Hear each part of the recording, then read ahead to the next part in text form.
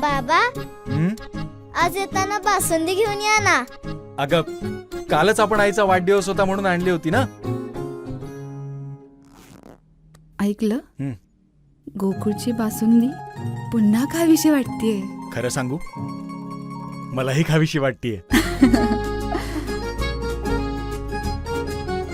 पुन्हा पुन्हा खावीशी वाटणारी गोकुळ बासुंदी. कुलगाव जिल्हा परिषद मतदारसंघातून अपक्ष उमेदवार मायकल डिसोजा यांनी घरोघरी जाऊन प्रचार केला. आज त्यांच्या प्रचार कार्यालयाचा देखील शुभारंभ करण्यात आला. पाहूयात.